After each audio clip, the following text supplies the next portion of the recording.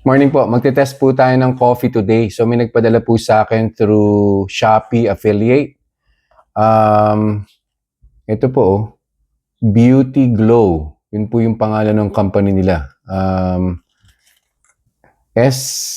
S-acetyl glutathione plus marine collagen.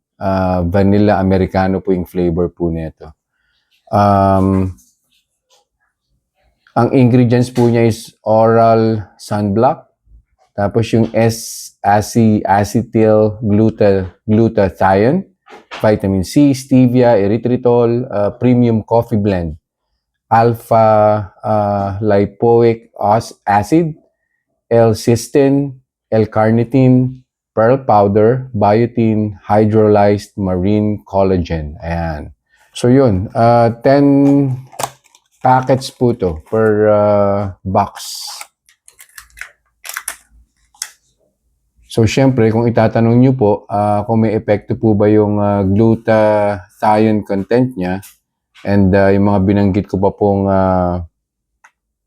most likely sa mga nagpapaputi, mga nagpapabata, nagpapaganda ng skin para po sa inyo to eh.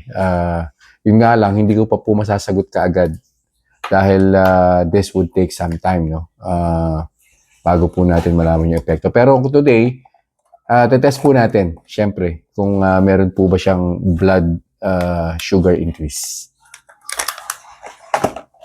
So it says on the instruction, 200 ml po ng either hot or cold water. So I prefer hot.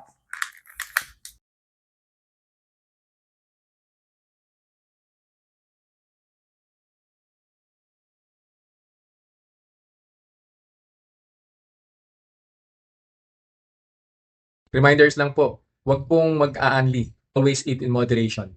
Di po ako doktor, so whenever in doubt, konsulta po kayo sa doktor ninyo. And yung results po ng mga review na ginagawa ko, it may vary. So huwag niyo pong i-expect na yung resulta sa akin is magiging kapareho po ng resulta sa inyo. So yun lang po. Have a nice day. Conclusion na po tayo dito po sa tinry kong Beauty Glow Coffee. I think I forgot to mention, no? Ang benefits po nito is this is a quality and high-grade mixed glutathione that effectively brightens complexion, makes skin healthy and radiant, gives you a natural glow, and protects you from UV rays. It is an effective antioxidant drink that can boost your immune system and cleanse your liver. So bring back the confidence in you.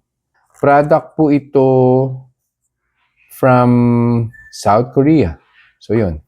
So ang naging resulta po dun sa blood sugar level po, nag-start po yung blood sugar ko 119.